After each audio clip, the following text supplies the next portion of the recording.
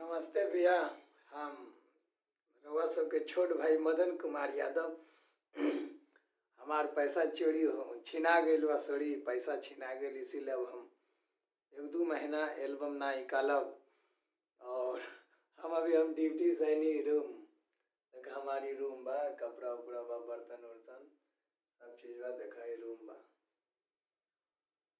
अभी हम रूम में बनी, अभी ड्यूटी से आइनी तो सोचनी एगो वीडियो बना लिया। अब डेली एक वीडियो बना बना अपलोड करब। भैया जी सब हमारे यूट्यूब चैनल के जरूर सब्सक्राइब करी, शेयर करी। हमार 19,800 रुपया स्टूडियो सावे में छिना गल रहे, इसीलिए हम सरस्वती पूजा के गाना उना ना निकाले पारनी भैया। अब फिर 1-2 महीना हम इंतजार करत तनी, फिर गाना आई तब तक हम सुनावत तनी लाइव वीडियो के माध्यम से भैया। एक सैड सॉन्ग सुनावत तनी, अच्छा लगे तो जरूर लाइक करिए। और डेली एक वीडियो मिली भैया। अभी जस्ट ड्यूटी से नहीं, बर्तन धोनी, देखा बर्तन वगैरह धो के रख दिले बनी। आई एगो सैड सॉन्ग सुनावत तनी, जरूर अच्छा लगे। हाथ दूसरा के धो के जान चल जइबू,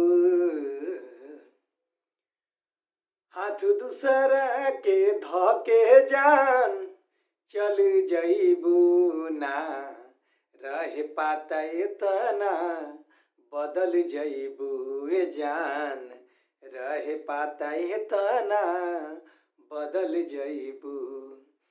हाथ दूसरा के धो के जान चल जइबू, हाथ दूसरा के धो के जान चल जइबू ना, रहे पाता इतना बदल जइबू ए जान, रहे पाता इतना बदल जइबू। कैलू इजहार काहे कैलू तू प्यार हो, रहे का कसूर जिंदगी कैलू अनहार हो, रहे का कसूर जिंदगी कैलू अनहार हो।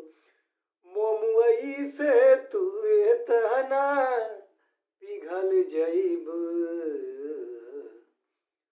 मोमुई से तू इतना पिघल जइबू ना, रहे पाता इतना बदल जइबू ए जान, रहे पाता इतना बदल जइबू। नमस्कार भैया। अगर अच्छा हमारा सैड सॉन्ग लगी तो जरूर लाइक करी, हमारे यूट्यूब चैनल के सब्सक्राइब करी प्लीज़ भैया।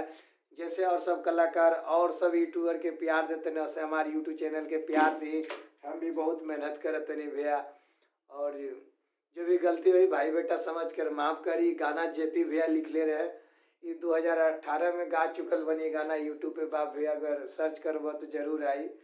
और हम लाइव वीडियो के माध्यम से डेली का वो गाना सुनाए। 2 महीना तक स्टूडियो भी ना जाए भैया, काहे से कि हमारे अभी पैसा ना बा। अभी ड्यूटी कर करके आ रहा बनी, ड्यूटी मंथली लगी तो फिर पैसा मिली तो जरूर फिर बढ़िया बढ़िया सॉन्ग आई। तब तक के लिए भैया नमस्कार। अच्छा गाना लगे जरूर शेयर करिए, हमारे यूट्यूब चैनल के सब्सक्राइब करिए और अपना प्यार बनौले रखें भैया जी अपना छोट भाई पे। बाय।